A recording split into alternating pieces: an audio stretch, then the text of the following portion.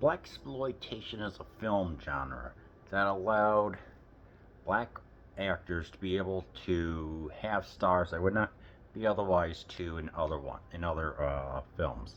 Some favorites of mine are of course Superfly and Shaft. There's actually some more serious tones going on, but then you have interesting. You have ones like Coffee with the amazing Pam Grier, and then Blackula and Blackenstein, which I want to check out.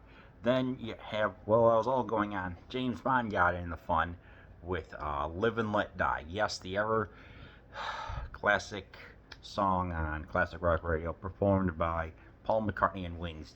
That irresistibly catchy. This one, it felt more reality based. I liked it. It wasn't as, yes, there are still some moments that are over the top and cartoony, but at the same time, it's like this is kind of refreshing. This one's divisive amongst the fans. Some of them like it, some of them don't. I like more of what the villain is doing, how it may actually make more of a difference culturally on the ground. There's suburbanally, you know what I'm talking about, rather than it just being so over the top with satellites or freaking whatever was in the sixth one with the chicken allergies. I'm like, what? So now we have this.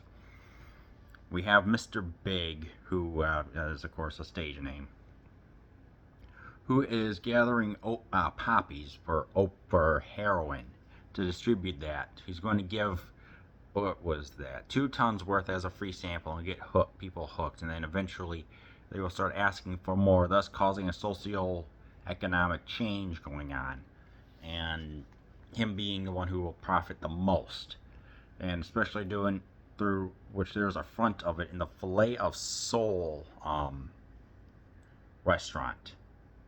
And I'm like, yes, this one actually feels, yeah, more grounded. That's the word, rather than just everything being over the top.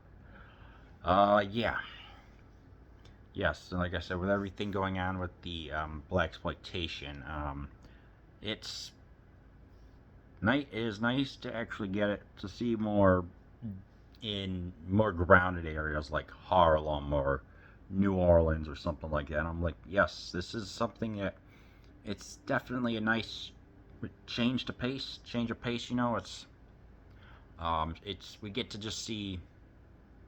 It doesn't really explore too much of like the how downtrodden it can be. That's like I said in the aforementioned Shaft and Superfly.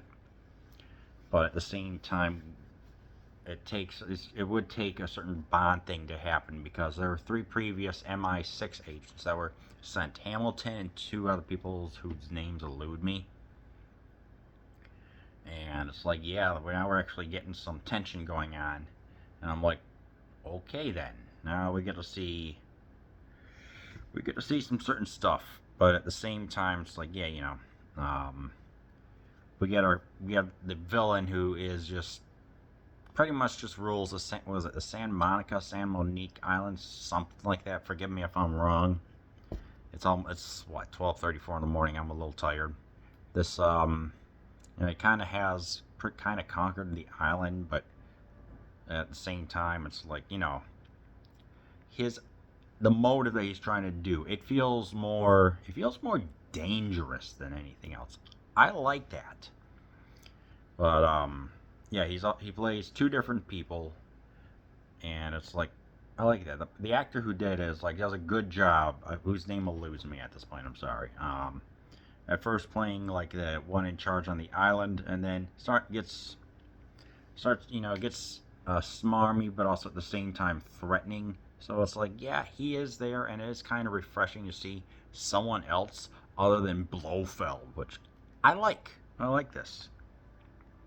And you know, we get some like Haitian culture and everything else, and I'm like, okay, I like this is done respectfully, in my opinion. And if I'm wrong, I'll go ahead and tell me. I'm always up for being corrected.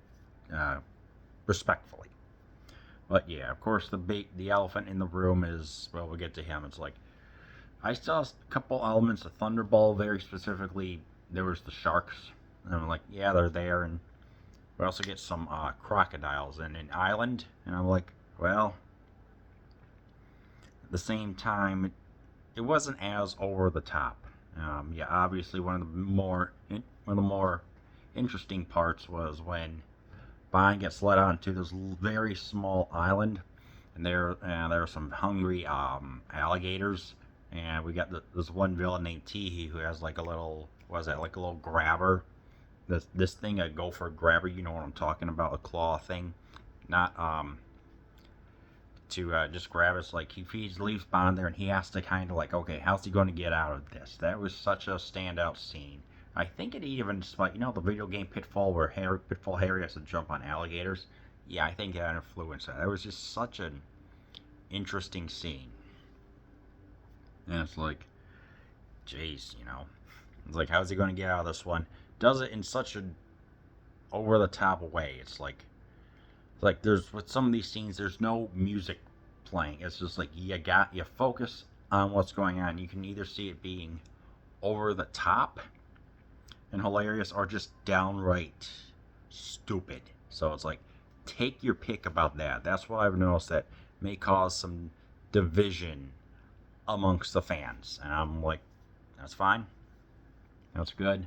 I think for me, some of the moments, it was then the other big part that I had to question was boats.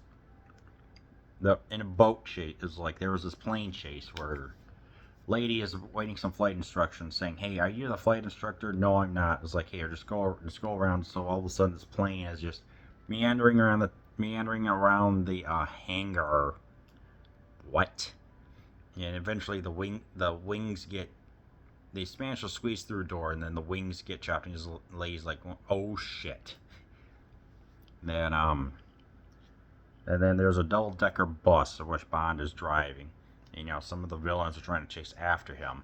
And with the double-decker bus, it's like, are we thinking that he's going to go through the go through this tunnel? The entire second half just pretty much just collapses, doesn't make it through, and it just comes shattering down. I'm like, the absurdity levels are here, but you know, this is escapist fun entertainment. That's what this is, but you still have to question it, I guess. But the one I had to really question was during a kind of thrilling boat chase, I guess. It was a lot of long shots of them just driving, and you get some cops, and you get some New Orleans cops that were teaming with the MI6, MI5, whatever. And this caricature of a over-the-top Southern cop that you would see it in all the movies that you would see in, you know, Convoy and everything else. And just, I don't know, it was there, it existed. I myself didn't like it. I'm just like, it just kind of ruined it for me. Yeah, those scenes where they kind of just needed to cut a couple of minutes, in my opinion. It was just, they cut through a couple of islands where there's a wedding going on, everything else. These boats just go through them. Like, the absurdity levels in this are just, I don't know. Yeah, it's your mileage may vary on that. That's fine. But of course, Roger Moore is portraying James Bond.